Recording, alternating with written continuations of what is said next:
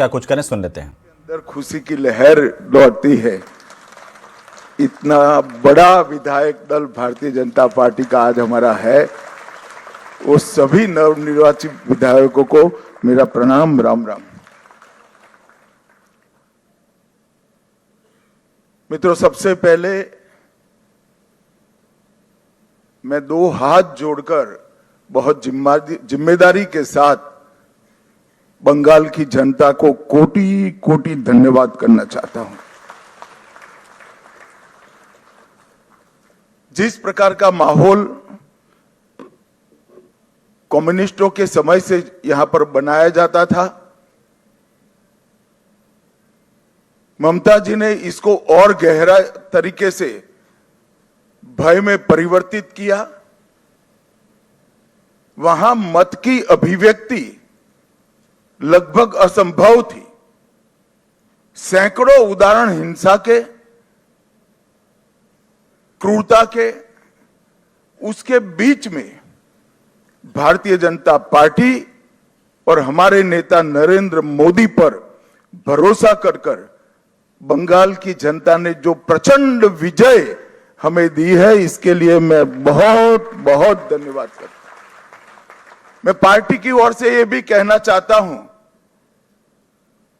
कि बंगाल की जनता ने हमसे जो अपेक्षाएं रखी हैं, जिस आशाओं को संजोकर मैंडेट दिया है, हम पूरा प्रयास करेंगे कि आपके विश्वास को तनिक भी ठेस न पहुंचे, इसमें कहीं कमी न रह जाए। हम सब भारतीय जनता पार्टी के कार्यकर्ताओं का दायित्व है कि हर नई सोनार बांग्ला के लक्ष्य को लेकर हम चले और बंगाल की जनता की अपेक्षाओं को पूर्ण करें। मित्रों, आज कवि गुरु की ये पंक्तियां सच होती दिखाई पड़ रही है। चित्त जेथा भय शून्य, उच्च जेथा सिर। जहां मन भयमुक्त हो और सिर गर्व से ऊंचा हो, ऐसे बंगाल का रास्ता आज प्रशस्त हो चुका है और बंगाल उस रास्ते पे चल। 5 दशक का लंबा समय लोकतंत्र की दृष्टि से, कानून और व्यवस्था की दृष्टि से, बंगाल के अर्थतंत्र के ह्रास की दृष्टि से और बंगाल के विकास में शून्य गति, नेगेटिव गति देने की दृष्टि से बंगाल के लिए एक दुस्वप्न जैसा हुआ है।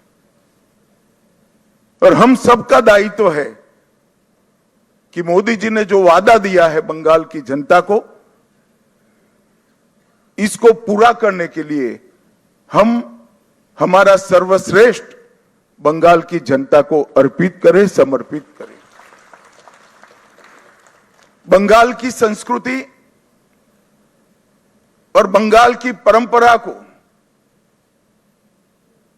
5 दशक से विदेशी विचारों से प्रभावित शासन से मुक्त कर फिर से एक बार रामकृष्ण ठाकुर, विवेकानंद, महर्षि अरविंद और कवि गुरु टैगोर की कल्पना का बंगाल बनाने की दिशा में हम आगे बढ़े।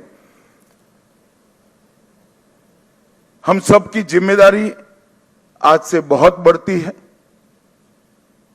विनम्रता के साथ, जिम्मेदारी के एहसास के साथ किया हुआ परिश्रम ही ये मैंडेट का एक प्रकार से जनता को आभार के रूप में जवाब दे सकता है। मित्रों, आज बंगाल का विजय अनेक दृष्टिकोण से बहुत महत्वपूर्ण है। 100 साल की वैचारिक यात्रा के बाद गंगोत्री से गंगा सागर तक हर जगह पर आज भारतीय जनता पार्टी की सरकार बनी है। ये हम सब के लिए बहुत आनंद का विषय है। 1950 से विचार की यात्रा को लेकर हम निकले और जिसके नेतृत्व में निकले, श्यामा प्रसाद मुखर्जी के नेतृत्व, उनकी ही जन्मभूमि में 1950 के बाद आज 2026 में श्यामा प्रसाद जी की ही पार्टी की सरकार बन रही है। ये भी बहुत महत्वपूर्ण है। जब 370 हटी तब देश भर के कार्यकर्ताओं के मन में खुशी की लहर दौड़ी थी, मगर मुझे कई वरिष्ठ कार्यकर्ताओं ने कहा था कि अभी भी कुछ कसक बाकी है। मैंने आश्चर्य से पूछा था, भला क्या बचा अब? तब उन्होंने कहा था, बंगाल में भाजपा का झंडा फहराना बाकी है।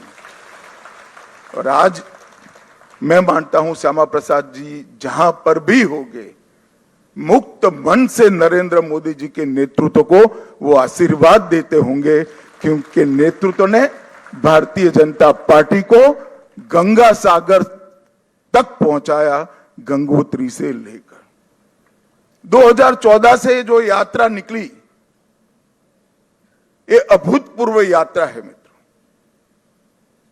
अपने पुरुषार्थ से, अपने कौशल से, अपनी प्रामाणिकता से जनमत को कैसे संजोया जा सकता है और जनमत को कैसे विस्तृत किया जा सकता है, इसका दुनिया भर के लोकतंत्र में सबसे उत्कृष्ट उदाहरण है तो 2014 से 2026 की भारतीय जनता पार्टी की यात्रा।